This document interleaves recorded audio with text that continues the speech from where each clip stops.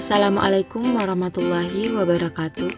Kami dari kelompok 1 akan membahas mengenai pemeriksaan SGPT dan SGOT. Serum glutamik piruvik transaminase, disingkat SGPT, merupakan enzim yang banyak ditemukan pada sel hati serta efektif untuk mendiagnosis destruksi hepatoselular. Enzim ini dalam jumlah yang kecil dijumpai pada otot jantung, ginjal, dan otot rangka. SGPT jauh dianggap lebih spesifik untuk menilai kerusakan hati dibandingkan SGOT. Serum glutamik oksaloasetik transaminase, disingkat SGOT, yang merupakan enzim yang dijumpai dalam otot jantung dan hati, sementara dalam konsentrasi sedang dijumpai pada otot rangka, ginjal, dan pankreas. Konsentrasi rendah dijumpai dalam darah, kecuali jika terjadi cedera selular. Kemudian dalam jumlah banyak dilepaskan ke dalam sirkulasi. Persamaan dan perbedaan SGPT dan SGOT. Persamaan enzim SGOT dan SGPT berhubungan dengan parenkim sel hati, dan keduanya berfungsi mencerna protein dalam tubuh. Perbedaannya, SGPT ditemukan lebih banyak di hati. Secara klinis, jumlah konsentrasi rendah diabaikan dan ditemukan di ginjal, jantung, dan otot rangka. Sedangkan SGOT ditemukan dalam hati, jantung, otot rangka, ginjal, otak, dan merah sel-sel darah.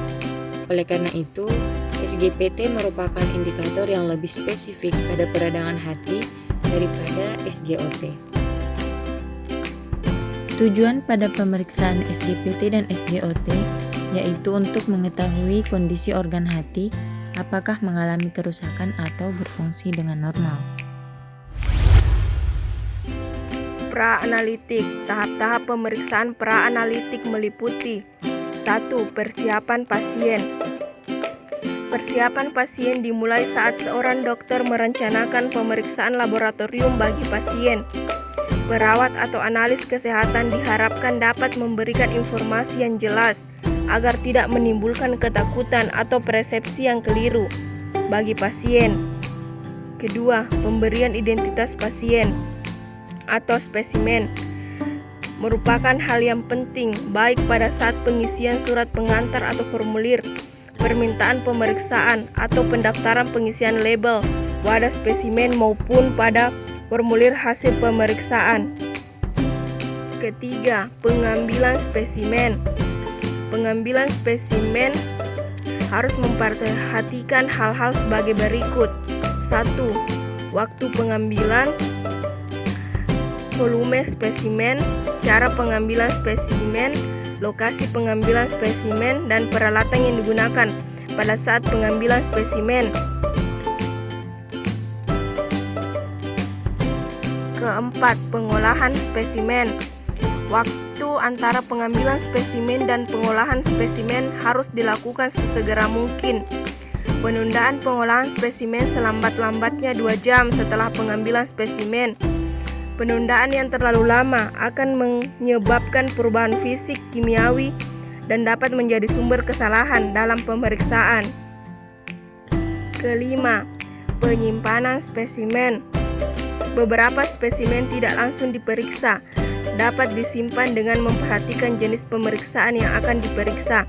Persyaratan penyimpanan spesimen untuk beberapa pemeriksaan harus memperhatikan jenis spesimen, antikoagulan atau pengawet, dan wadah serta stabilitasnya. Keenam, pengiriman spesimen ke laboratorium. Laboratorium yang akan melakukan pengiriman spesimen yang telah terkumpul agar kualitas dari spesimen dapat terjamin. Di samping itu, analisa kesehatan yang akan melakukan pengiriman spesimen harus memperhatikan hal sebagai berikut. Sebelum mengirim spesimen ke laboratorium, pastikan bahwa spesimen telah memenuhi persyaratan seperti yang tertera dalam persyaratan masing-masing pemeriksaan. Pengiriman spesimen harus disertai formulir permintaan yang diisi lengkap. Secepatnya mengirim spesimen ke laboratorium. Pengiriman spesimen sebaiknya menggunakan wadah khusus. Tahap analitik. Pada tahap-tahap analitik memiliki beberapa pemeriksaan yang meliputi: pertama, kalibrasi alat. Kalibrasi merupakan proses pengecekan dan pengaturan akurasi dari alat ukur dengan cara membandingkan suatu standar yang tertelusur dengan standar nasional maupun internasional dan bahan-bahan acuan yang tersertifikasi. Kalibrasi diperlukan untuk memastikan bahwa hasil pengukuran yang dilakukan sudah akurat. Hasil pengukuran yang tidak konsisten akan berdampak langsung terhadap kualitas suatu produk. Yang kedua, pelaksanaan pemeriksaan, di mana pada pelaksanaan pemeriksaan ini kita akan memeriksa sampel dengan cara menyiapkan 3 tabung reaksi. Yang pertama sebagai belangko dan tabung kedua untuk sampel dan tabung ketiga untuk larutan-larutan standar. Lalu memipet dan memasukkan reagen kerja 500 mikroliter ke dalam masing-masing tabung. Setelah itu menambahkan 50 mikroliter sampel atau serum ke dalam tabung yang sudah diberi label sampel. Kemudian menambahkan 10 mikroliter larutan standar ke dalam tabung yang sudah diberi label standar. Kemudian homogenkan masing-masing tabung dan mengukur absorbansinya menggunakan potometer. Kemudian tahap ketiga, pengawasan, yang berfungsi agar dapat meminimalisir terjadinya kesalahan seperti pengawasan individual dan pengawasan laboratorium. Dan yang keempat, ketelitian dan ketepatan. Pemeriksaan pasca analitik meliputi 1. Penulisan hasil. A. Disiapkan data klinik pasien. B. Dibaca hasil absorbansi pada alat spektrofotometer. C. Dibandingkan dengan nilai rujukan normal pemeriksaan, di mana nilai normal SGPT yaitu 5-35 unit per liter, pada pria 42 unit per liter dan pada wanita 32 unit per liter. Kedua, interpretasi hasil. A. Disiapkan data klinik pasien. B. Dilakukan interpretasi klinik sesuai dengan implikasi klinik pasien. C. Hasil implikasi klinik ada 3, yaitu peningkatan nilai SGPT, penurunan nilai SGPT, dan pola hidup sehat. Ketiga, pelaporan hasil. A. Disiapkan data klinik pasien. B. Dibaca data klinik pasien. C.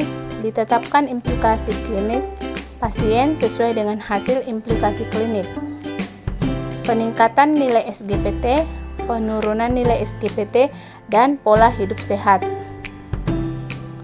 Sedangkan pada pemeriksaan pasca analitik pada SGOT, yang pertama, penulisan hasil. A. Disiapkan data klinik pasien.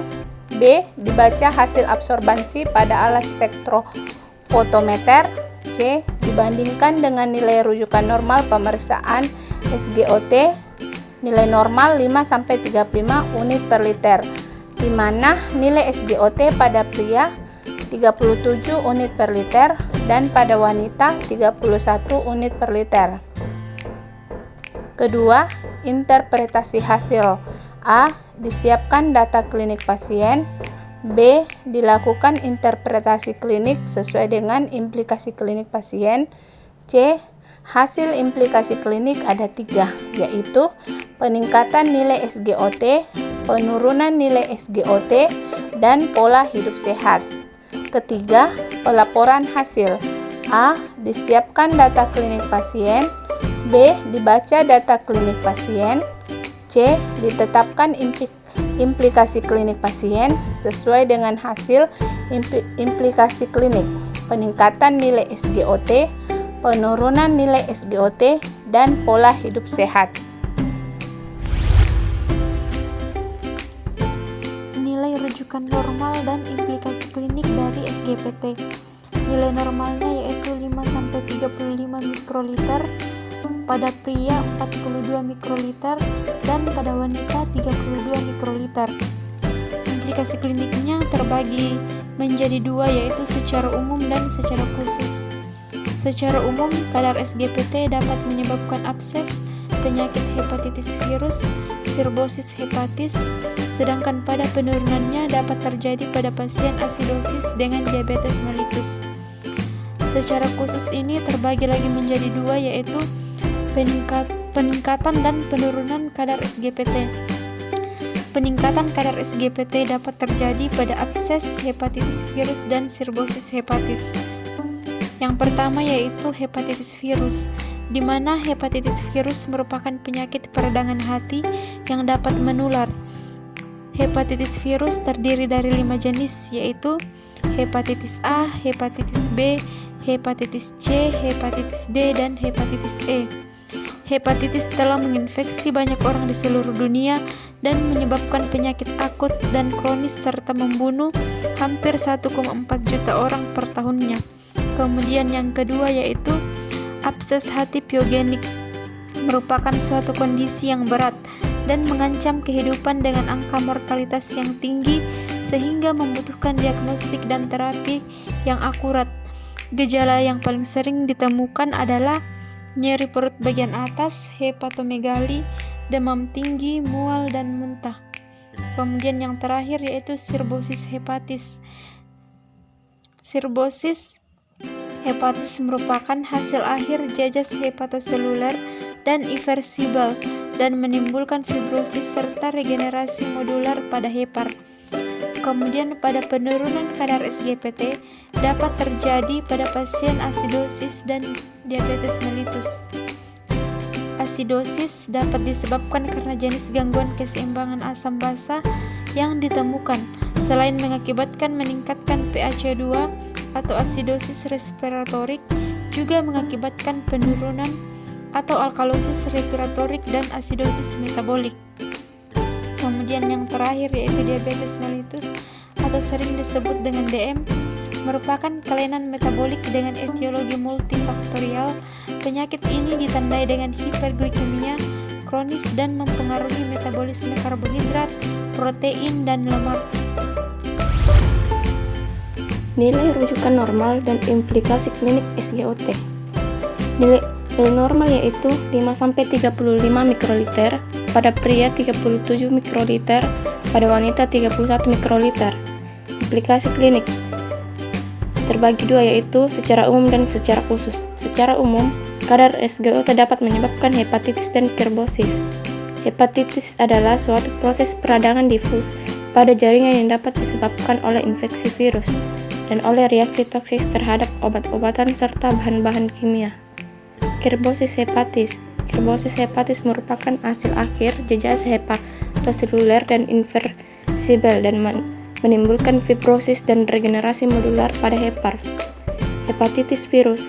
Hepatitis virus merupakan infeksi sistematik oleh virus disertai nekrosis dan klinis, biokimia serta seluler yang khas.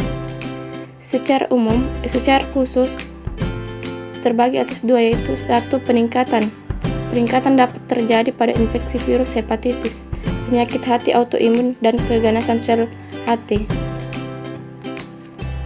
Infeksi virus hepatitis.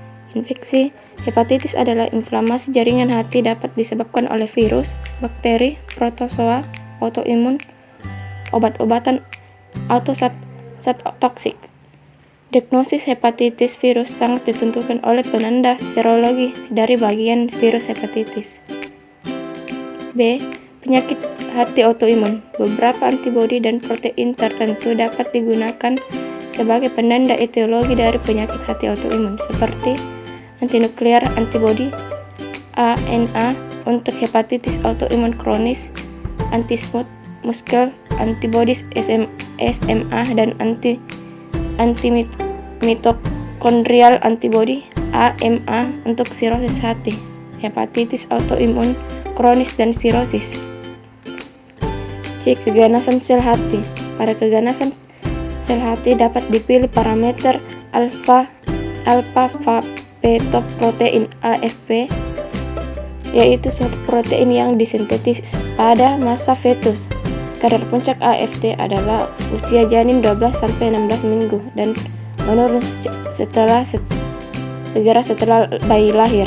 Peningkatan AFP yang sangat tinggi mengarah pada keganasan sel hati, tumor embryogenik ovarium, tumor embryogenik testis, hepatoblastoma embryogenik, dan kanker gastrointestinal. D. Obat-obatan. Obat-obatan yang meningkatkan serum transminase adalah acetaminophen, amoxiclav, antiinflamasi non-steroid, phenytoin, valproat, dan penggunaan berbagai obat misalnya isoniazid, erythromycin, kontrasepsi oral. 2. Penurunan kadar SGOT terjadi pada pasien asidosis dengan diabetes mellitus. A. Asidosis dapat disebabkan karena jenis gangguan keseimbangan asam basa yang ditemukan. Selain mengakibatkan peningkatan PaCO2, asidosis respiratorik juga mengakibatkan penurunan alkalosis respiratorik dan asidosis metabolik. B. Diabetes mellitus. Diabetes mellitus merupakan kelainan metabolik dengan etiologi multifaktorial. Penyakit ini ditandai dengan hiperglikemia kronis dan mempengaruhi metabolisme karbohidrat, protein, dan lemak. Selanjutnya, reaksi SGPT atau biasa disebut serum glutamik piruvik transaminase. L-alanin di jumlah alfa, ALT pirufat atau alanin aminotransferase di jumlah L-ketoglutarat, maka akan menghasilkan glutamat. Selanjutnya, pirufat di jumlah NADH, LDH, L-laktat atau laktat dehidrogenase di jumlah NAD atau nikotamida, adenina dinukleotida di jumlah H+, maka akan menghasilkan H2O. Reaksi SGOT atau serum glutamik oksalisetik transaminase. Berdasarkan reaksi kinetik enzim dengan bantuan malat dehidrogenase dan NADH, L-aspartat di jumlah alpha plus, AST oksalasetat, L-glutamat ketoglutarat, oksalasetat, MDH L-malat di jumlah NAD dan H2O. Selanjutnya, reaksi SGPT dan SGOT. Reagen ini digunakan untuk menentukan aktivitas aspartat aminitransferase di dalam serum manusia. AST banyak terdapat di dalam jantung, hati, otot, skeletal, ginjal, dan eritrosit. Kerusakan pada jaringan dari organ tersebut di atas menyebabkan meningkatkan GOT dalam serum atau plasma. Penyimpanan. Pada spesimen dari serum SGPT stabil selama 3 hari pada suhu kamar, yaitu 18-30 derajat Celcius, 7 hari pada suhu 2-8 derajat Celcius, atau 30 hari jika dibekukan. Pada spesimen dari serum SGOT, serum stabil pada suhu 2-8 derajat Celcius, 4 hari pada suhu kamar, yaitu 18-30 derajat Celcius, atau 14 hari. Kemudian pengawet yang digunakan yaitu larutan penyangga.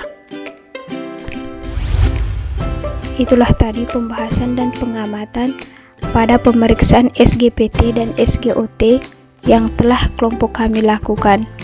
Kurang dan lebihnya mohon dimaafkan. Assalamualaikum warahmatullahi wabarakatuh. Terima kasih.